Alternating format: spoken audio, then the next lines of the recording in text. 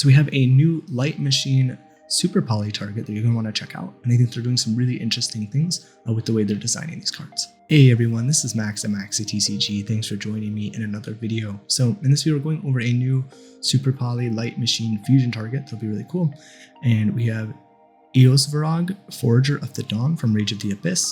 So it'll be really cool to check this card out. I think the art looks cool, and we'll kind of go over the effect now. Eosvarog, the Forager of the Dawn, is a level 7 light machine fusion effect monster.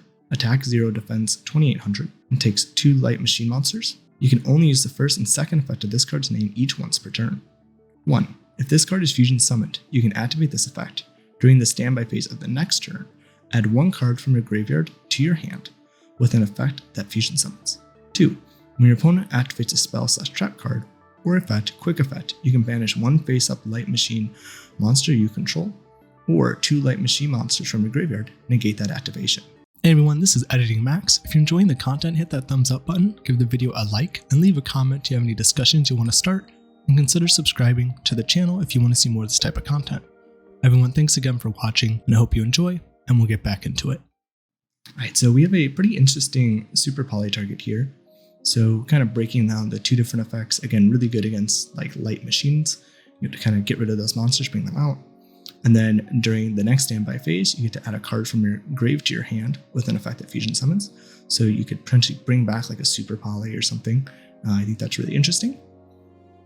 And then you also kind of get follow up there. The other thing I really like is there is a little bit of a boost here with the second effect when it comes to using this in your own deck versus just using it as a super poly target.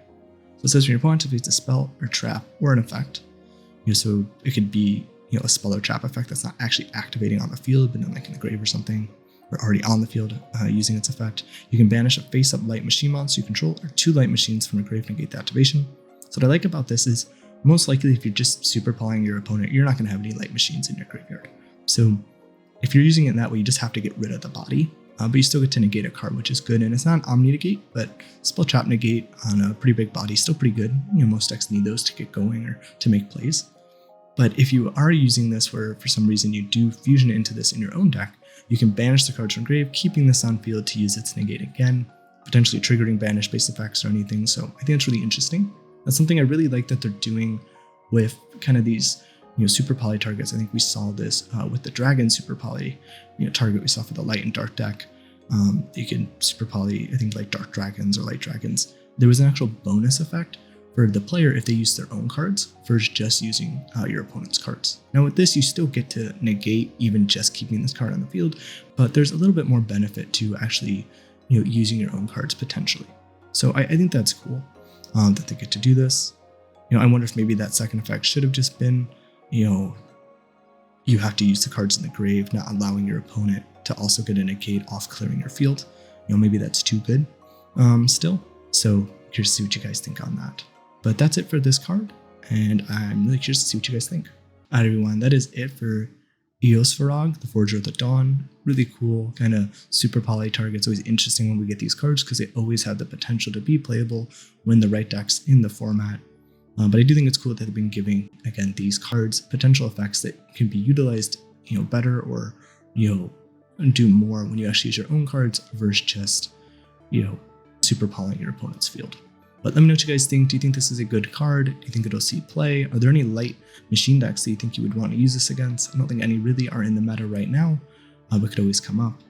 And definitely curious to see what you guys have to say in the comments. Everyone, that's it for this video, and I look forward to seeing you guys in the next one. Hey everyone, this is Editing Max. If you're enjoying the content and you want to support the channel, you can check out the TCG affiliate link in the description below. It supports the channel and costs you nothing, and you'll just be doing the same thing you normally do when you buy cards from TCG Player. If you're new to buying cards from TCG Player, check out my website. I have a section on it that helps out new people, kind of explaining some of the aspects of TCG Player so that way you can get the most out of your money and you don't fall into some of these weird things that some people do to push up the price of cards. If you want to become a patron on the channel, check out my Patreon. It's another way you can help support the channel. We have different perks you can check out, like a lot of archetype proxies you see on the screen. Every week, I put a new one out that everyone on the channel can vote on YouTube, and then these go to Patreon for you to print out. You can also join for early access. Some videos will be 1-day early access, others that are in a longer series could be weeks out in advance, and you can get the entire thing at once, while everyone on YouTube has to wait week by week for all the videos to come out. You can also join for an exclusive Yu-Gi-Oh! Reaction series where I watch through the Yu-Gi-Oh! Anime, we have discussions in the comments, and watch through it together as well. Plus, there are other perks coming out in the future. Everyone, thanks again for watching the content.